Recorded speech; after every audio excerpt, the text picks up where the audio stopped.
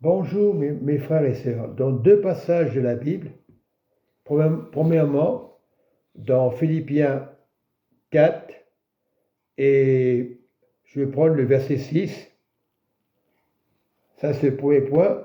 Deuxième point de la Bible, 1 Timothée 2, à partir du verset 1 jusqu'au verset 4. Voilà. Déjà, je vais prendre la première partie de la parole de Dieu, Philippiens 4, verset 6, nous dit la parole, c'est très important, ne vous inquiétez de rien, mais en toute chose, faites connaître vos besoins à Dieu par des prières et des supplications avec action de grâce.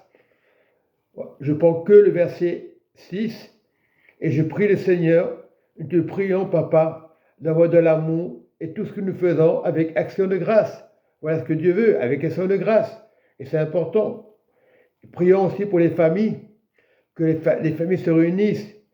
Commençons à demander pardon à Dieu et appeler un voisin ou de la famille et demandons au Seigneur qu'il nous donne la force d'appeler. Bon, j'ai eu ce matin, mais je ne peux pas tout vous dire. Il faut oser.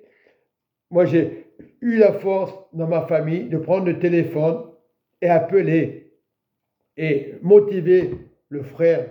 Voilà, ce qu'il faut faire, c'est important pour les familles. Voilà ce que Dieu demande de faire. Et je termine, je ne vais pas rester trop longtemps. Voilà, 1 Timothée 2, à partir du verset 1 jusqu'à 4. J'exhorte donc avant toute chose à faire des prières et des supplications, des requêtes, des actions de grâce pour tous les hommes, pour les rois et pour tous ceux qui sont élevés en dignité, afin que nous menions une vie paisible et tranquille, en toute piété, honnêteté.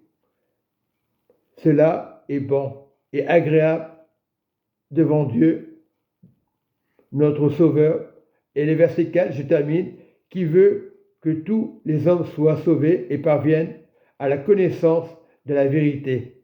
Bon, je vais terminer par le verset 5, car il y a un seul Dieu et aussi un seul médiateur entre Dieu, homme, Jésus-Christ, fait homme, qui s'est donné lui-même en rançon pour nous. C'est là le témoignage rendu à son propre temps.